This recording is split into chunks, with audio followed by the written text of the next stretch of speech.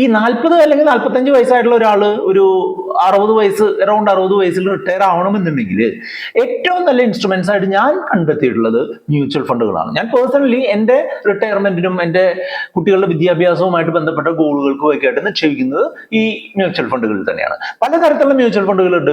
ഈ റിട്ടയർമെന്റ് ആവശ്യത്തിനായിട്ട് ഞാൻ സജസ്റ്റ് ചെയ്യുന്ന മ്യൂച്വൽ ഫണ്ടുകൾ ഏതൊക്കെയാണെന്ന് വെച്ചാൽ ഫ്ലെക്സി ക്യാപ് കാറ്റഗറിയിലും മൾട്ടി ക്യാപ് കാറ്റഗറിയിലും ലാർജ് ക്യാപ് ഇൻഡെക്സ് ഫണ്ടുകളുമാണ്.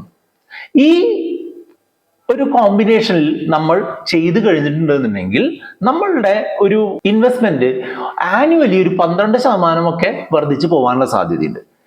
ഞാൻ ഈ 12% എന്ന് പറയാനുള്ള കാരണം എന്താണെന്ന് വെച്ചാൽ ഇത് മുൻകാലങ്ങളിൽ ആ ഒരു റിട്ടേൺ തന്നിട്ടുണ്ട് എന്നുള്ളതാണ്.